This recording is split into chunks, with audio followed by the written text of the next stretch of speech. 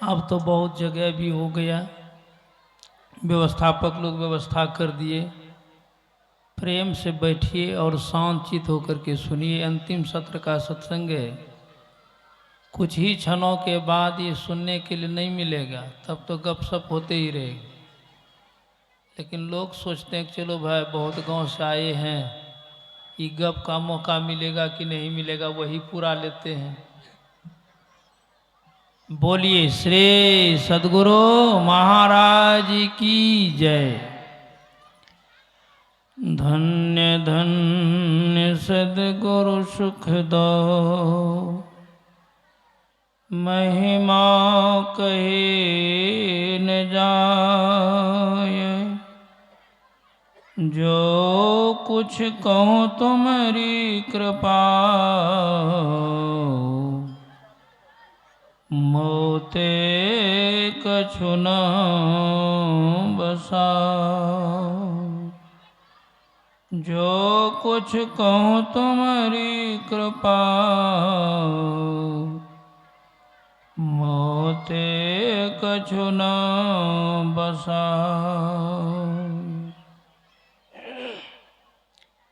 परम पूज्य परमाराध्य श्री सद्गुरु महाराज के पावन श्री चरणों में साष्टांग सादर समर्पित है। सौ में स्थित पूज्यपाद श्री के चरणों में भी कोटि से नमन।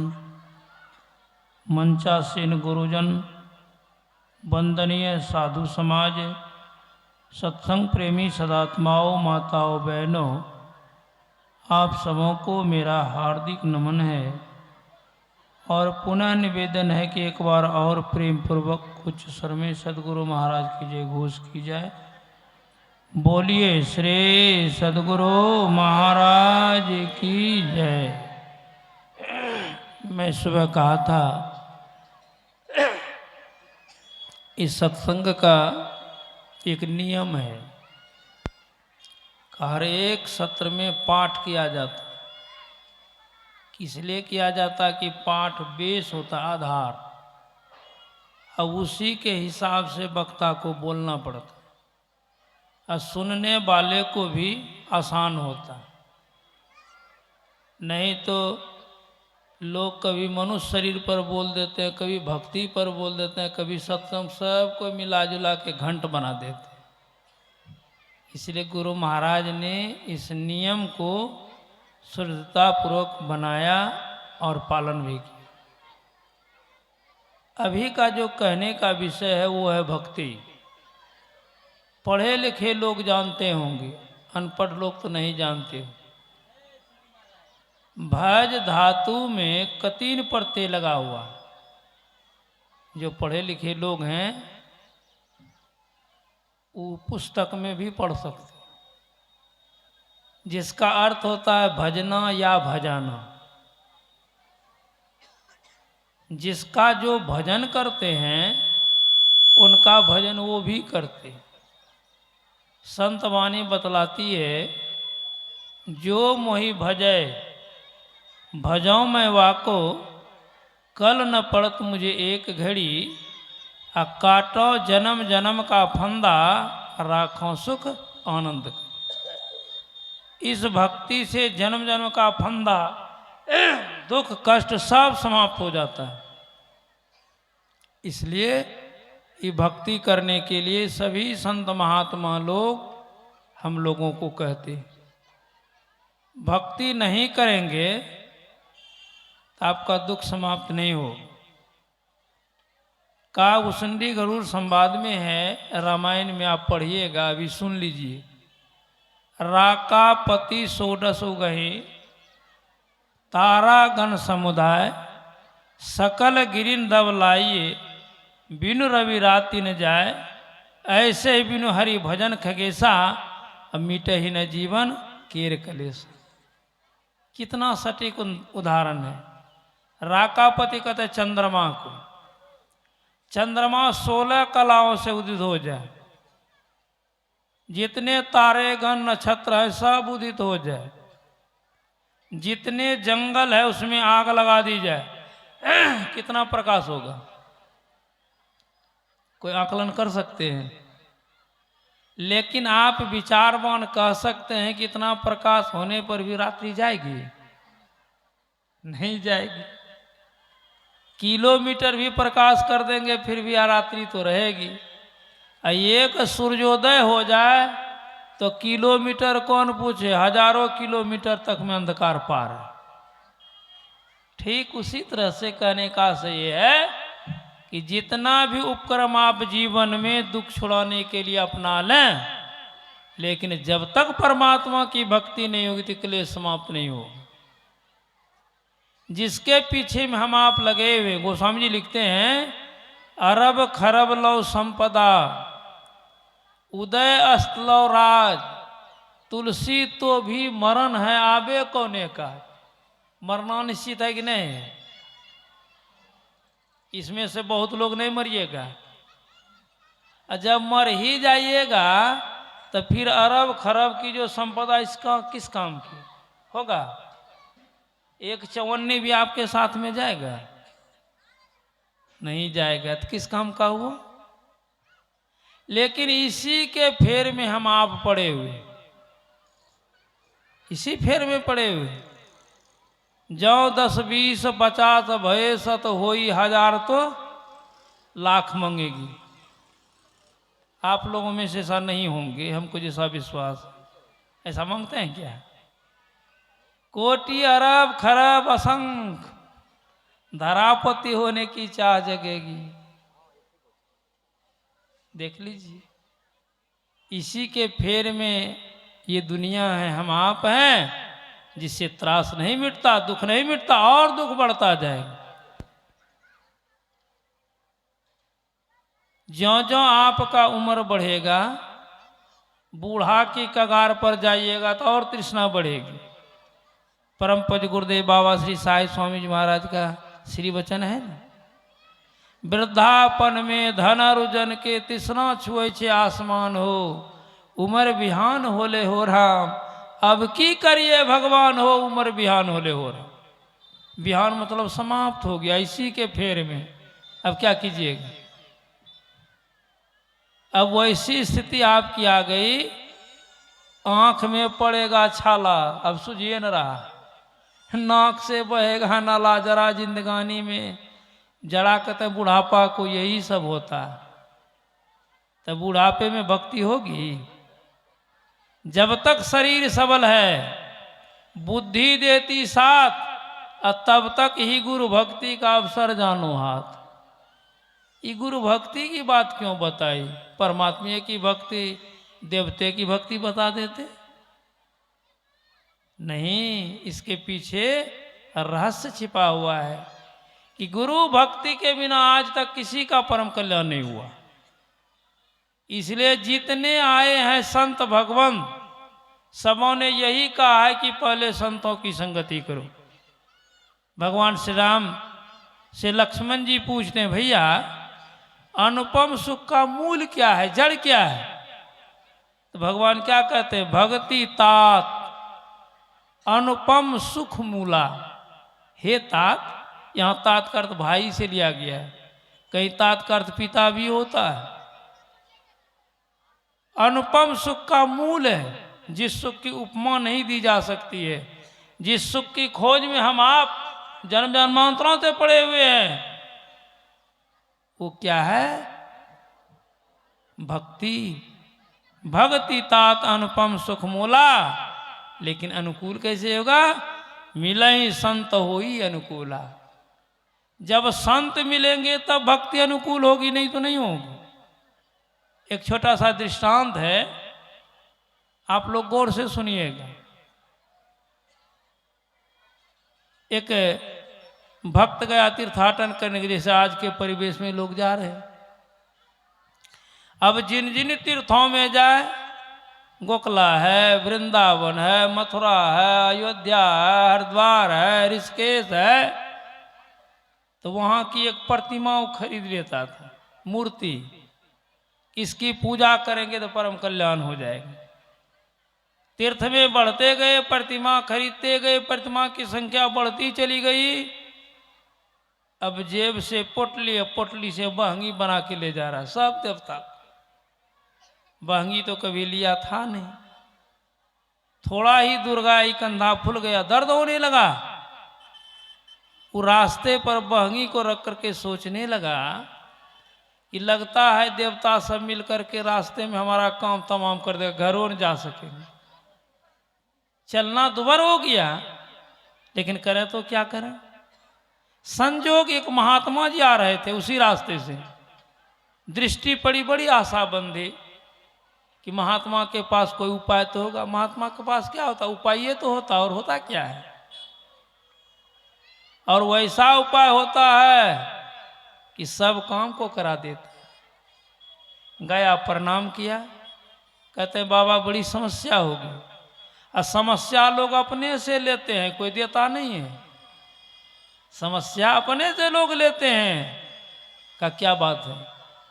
कहा बाबा हम तीर्थाटन में आए, जिन जिन तीर्थों में गए वहाँ के देवता की प्रशंसा मैंने सुनी, हम सोचे यही बढ़िया देवता, इसकी पूजा करें तो कल्याण होगा।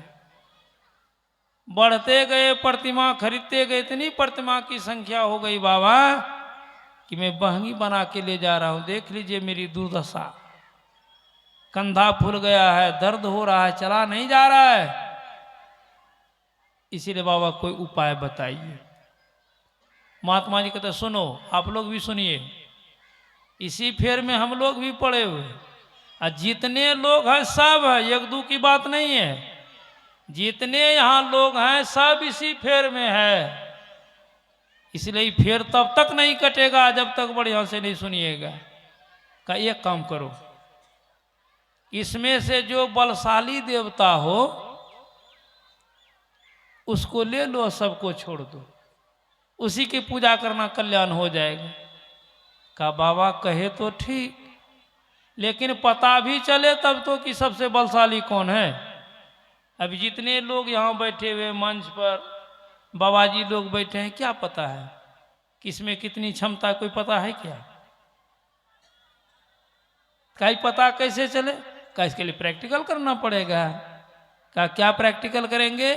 का जाओ पोटरी खोल करके देवता को देवता में लड़ाना, जिसका अंग भंग होगा उसको छोड़ देना, हॉस्पिटल नहीं ले जाना है, और जिसका अंग भंग नहीं होगा उसी की पूजा करना कल्याण हो जाएगा। अभी केवल बात सुनी है, लगा कि माथा पर जो बर्डन था बोझा वो हल्का हो गया। संत की वाणी सुनने से बर्डन हल्का होता है। वो गया खुशी से पोटली खोल करके लड़ाना शुरू किया। किसी का हाथ, किसी का पैर, किसी का नाक, किसी का मुंह टूटते गया, फेंकते गया। जिसमें नाक मुंह हाथ पैर है, जान लीजिए वो है नकली। हम लोगों को भी हाथ पैर, हम लोग भी नकली हैं। और जिसको हाथ पैर नहीं वही असली, जिसका पते लोगों को नहीं। एक था पत्थर का टुकड़ा गोल, शालीग्राम भगवान, उसमें नाक मुंह था ही नहीं, सबको फेंका, जेबी में लिया। गोस्वामी जी लिखते हैं, पढ़िएगा रामायण में, खास करके पढ़े लिखे लोगों से मैं निवेदन करता हूं।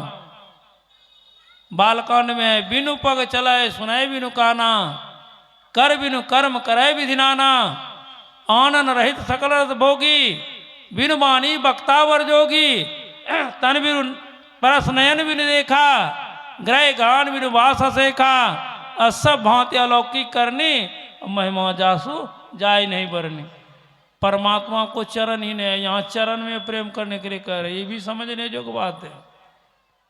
नहीं समझिएगा तो पूछ भी लीजिएगा हमसे बाद में, जरूरी नहीं कि सब समझिएगा, लेकिन लोग लाज से नहीं बोलते हैं, हो ऐसा बोले बाबा क्या कहेंगे, इसका दिमाग कैसा बोधा। नहीं नहीं नहीं, यदि दूर से काम नहीं बने तो नजदीक से आकर के समझना चाहिए। एकाएक नहीं समझेंगे। गुरु महाराज की वाणी में आप पढ़ेंगे, कुप्पा घाट गएंगे, बोर्ड लिखा हुआ है, मैंने संत मत को समझते समझते समझा। इस संत मत इतना आसान नहीं जो आप समझ जाइएगा, इसमें बहुत गुह्यतम चीज है। गुरु महाजय से महापुरुष कहते मैंने संत मत को समझते समझते समझा। हम लोग पंडाल में बैठे बैलून जिलेबी खरीदे, संत मत को समझ गए। यही दुर्दशा है। वो चरण क्या है, कहाँ है? लेकर के गया, एक पिंडा बना दिया, उसको रख दिया, पूजा शुरू। एक दिन वो क्या देखता है, पूजा करने के लिए आ रहा था, अब बिल्ली उसको चाट रही थी। वो देवता को, पत्थल भगवान को, शालिग्राम को, उनके मन में हुआ कि लगता है ये देवता जो है ना बूढ़ा हो गया, इसकी शक्ति काम नहीं कर रही, तब न बिल्ली के डर से दुबका हुआ है, नहीं तो बिल्ली को मार के नहीं भगाता ना। अब इसकी पूजा नहीं करेंगे, क्योंकि उसके मन में बैठा हुआ था कि जो बलशाली है वो भगवान को उठा के फेंक दिया, बिल्ली को घर में ले आया, पूजा करने लगा, अगरबत्ती धूपबत्ती दिखावे। एक दिन क्या होता है, वो भक्त की धर्मपत्नी रसोई घर में भोजन बना गई थी और दूध गर्म करके ठंडाने के लिए छोड़ दी थी, और किसी कारणवश आंगन से बाहर हो गई और रसोई घर का फाटक खुला। ये बिना निमंत्रणे की बिल्ली देवता पहुंच गई, जाके सब दूध चट कर गई। कुछ ऐसे भी लोग होते हैं जो बिना निमंत्रण के ही चले जाते हैं। अब वो तब तक आंगन आती है तो बिल्ली को होते मूछ, देखा दूध कौन खड़ा हो गया, कहीं बटलो या तो साफ नहीं कर दी। अंदर में जाती है तो देखते हैं सफा छटांग भर भी दूध नहीं है। क्रोध आ गया। अब बिल्ली तो पोसा थी, पूजा कर रही थी तो भागेगी, उसी के पीछे घुर फुर कर रही बिल्ली। बस उसको क्रोध जो आया ना, पीढ़ा उठा करके 2 पीढ़ा बिल्ली को दे दिया, क्या क्या कर रही है। और तब तक में वो आंगन में घुस गया भगत। अरे ये बिल्ली को मार दी मेरी पत्नी, इसका मतलब है कि बिल्ली से बलशाली पत्नी है। बस बिल्ली को छोड़ करके पत्नी की पूजा शुरू कर दी। हर एक पति तो यही चाहती कि पति मेरा भक्त हो जाए, हमारी पूजा करे, जो हर एक पत्नी की इच्छा है। कोई नहीं बोलते हो तो जबरदस्ती होगा, सब यही चाहती है। अब उसी की पूजा शुरू हो गई, उसी को पति अगरबत्ती दिखावे, फूल चढ़ावे, कैसी सौभाग्यशाली होगी वो। लेकिन एक दिन होता क्या है, माँ बहन भोजन बनाने वाली होती है। अब भोजन में प्रायः भूल होती है, कभी तो डबल नमक, कभी फिर गप में फंस गई तो खेला खत्म। उस दिन क्या संजोग था कि लवण नहीं दे पाई, भूल गई। और उस भक्त का ही ट्रांसफार्मर जो था किसी बात को लेके गर्म था। कभी कभी नहीं देखते साधुओं महात्मा को गर्म होता है, त्रिशूल छनोटा सब चल जाता है। जाइए ना कुंभ सब में देखने के लिए मिले। गर्म था, वो आया भोजन करने के लिए, जैसे बैठा एक के ग्रास तो लेता है तो नमक के बिना भोजन कैसे। गोस्वामी जी लिखते हैं, भक्ति बिना सब सुख कैसे, लवण बिना बहु व्यंजन जैसे। आपके जीवन में सब सुख है, ये भक्ति नहीं है तो सब सुखे बेकार है। जैसे लवण के बिना व्यंजन बेकार है, तो स्वादहीन लगा, अपने से बाहर हो गया। पत्नी का स्वभाव होता है कि पति भोजन कर रहा है और नाक के सामने बैठती है, बस वही पीढ़ा उठा के 2-3 पीढ़ा दे दिए। बेचारी घुलट गई, रोने लगी। लेकिन उनको ज्ञान हो गया, अरे मैंने पत्नी को मारा, इसका मतलब कि पत्नी से बलशाली हम हैं। उसी दिन से उन्होंने अपने आप की पूजा शुरू कर दी। अपने आप की पूजा ही गुरु की भक्ति है, परमात्मा की भक्ति असली पूजा है। इसी से परम कल्याण होता है, और नहीं तो कल्याण नहीं होगा। ये मंदिर मस्जिद में जो लोग पूजा करते हैं ये असली नहीं है। इसीलिए संत लोग कहते हैं, आपुन ही को खोज मिले जब राम सने ही, हरि को भूले जो फिरे, सहजो जीवन छाड़, और सुखिया जब ही हो योगे सुमरोगे करतार। सुखी आप तभी होंगे जब परमात्मा का सुमरन करेंगे। गुरु महाराज भी लिखते हैं, निज तन में खोज सज्जन, बाहर ना खोजना। अपने ही घट में हरि है, अपने में खोजना कैसे। 2 नैन नजर जोड़ के एक नोक बना के, अंतर में देख सुन सुन अंतर में खोजना।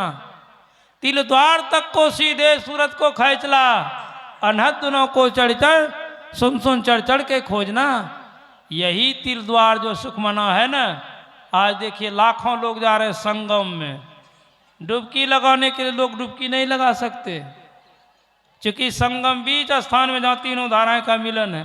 इधरे उधर डुबकी मार के चल देते। जोगी जी बता रहे थे कि 12 किलोमीटर मैंने व्यवस्था कर दी है, कहीं डुबकी लगाइएगा वही लाभ हो। नहीं, उस तरह से शरीर में भी एक जगह है जहां आप चले जाएंगे आपका काम बन जाएगा, वहां नहीं जाएंगे तो काम नहीं बनेगा। यही असली भक्ति है। यही ज्ञान गुरु महाराज को नहीं था, तो गुरु महाराज को जब ज्ञान हुआ क्या कहा, संतन मत भेद प्रचार किया गुरु साहब बाबा देवी ने, थे अंध बने फिरते बाहिर, अंतर भत्ते भेद न थे जाहिर, हमें बोधि बुझाए सुझाए दिया गुरु साहब बाबा देवी ने, बंद कराए पलक पट को, कहे बाहर में तुम मत भटको, सीधे सन्मुख सुषमन बिंदु को गहवाया बाबा देवी ने। सुखमन घर में ध्वनि धार बजे, चढ़ी श्वेत सूरत सो धार बजे, अनहद उलझन ये युक्ति तजय, सत ध्वनि की युक्ति दई गुरु ने। ये युक्ति गुरु बतलाते।